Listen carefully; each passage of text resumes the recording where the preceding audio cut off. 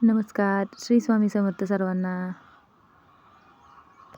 आम्ही आलो धोंडे खायला, पण आई म्हणली एकदाच धोंडे करायचे नसतात, 3 वेळा धोंडे करायचे असतात. आपल्या घरात देवांना तरी दाखवण्यासाठी 3 वेळा धोंडे करायचे. म्हणून आज आईने थोडेसे धोंडे केले होते. त्यानंतर ऊन पडलं म्हणून खूप ऊन लागत होतं म्हणून आम्ही झाडाखाली आंब्याच्या सावलीला बसलो होतो सगळेजण. तिथे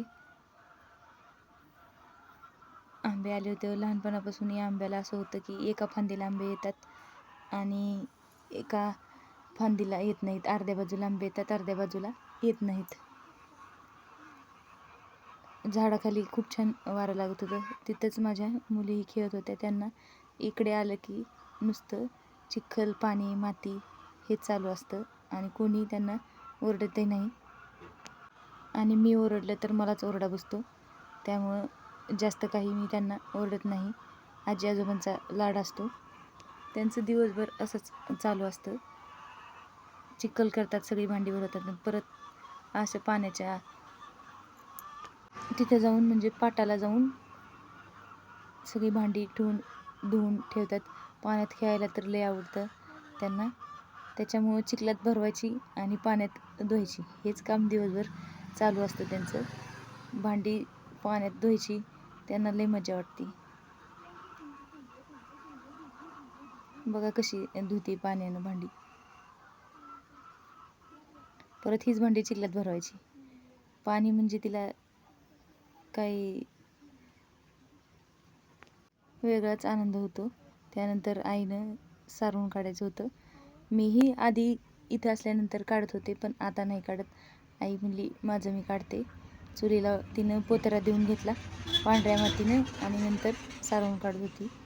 सारवून काढल्यानंतर खूप छान दिसतं.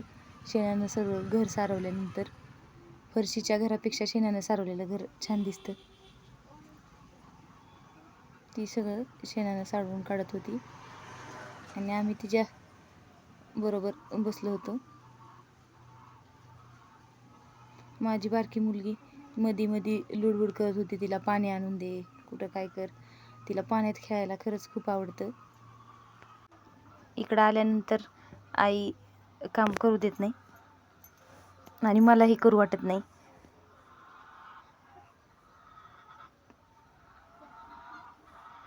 हिरवगार शेणानं त्यांनी सारवलेलं अंगण छान दिसतं. तिला म्हणत होते मी, पाऊस वातावरण झाले, सारवून काढलं तरी परत पाऊस येईल, पण म्हणली जाऊ दे, आला तर आला, पण सारवून काढल्यावर जरा चांगलं दिसतंय. त्यामुळे ती सारवून काढत होती.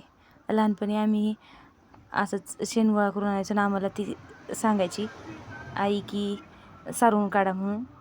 मग सारवून काढायचे मी. थोडंच आहे सारवून काढायचं, पण तेवढं काढायचे. आता सवय मोडली त्यामुळं, पण या गोष्टी आधी केलेल्या आहेत. बघा नात कशी पाणी म्हणलं की चालूच होतं तिचं. आजीला मदत करत होती. माझे व्हिडिओ जर तुम्हाला आवडत असतील तर चॅनलला सबस्क्राईब करा, लाईक करा व कमेंट करायलाही विसरू नका.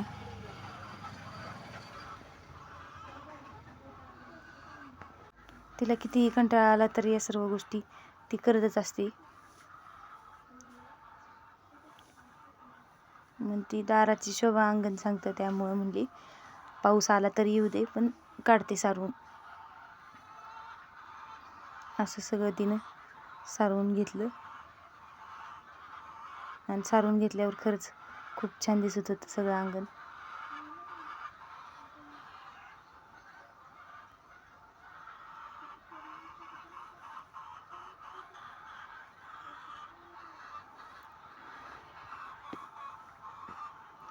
चुलीला पोतरा दिल्यानंतर चूल गरम असली तर त्याचा पोतरा देताना वास खरंच खूप लई छान येतो. मला तर तो वास लई आवडतो. आई जास्त आता चूल पेटवत नाही, पण चूल आहे घरात.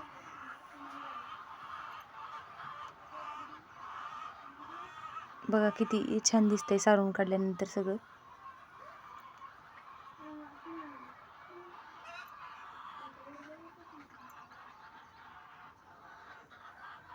मला म्हणली आता चुलीला पोतरा दिलाय तर चुलीला हळदी कुंकू लावून घे, म्हणून मग मी तेवढं काम केलं.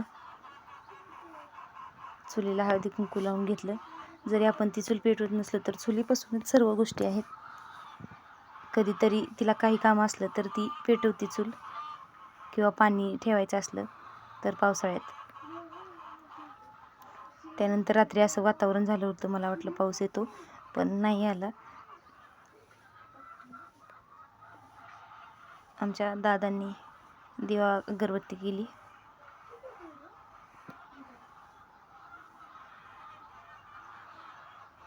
आमचे दादाही खरंच खूप छान देवपूजा करतात. यांच्याकडूनच मला या सर्व गोष्टी करायची सवय लागली आहे.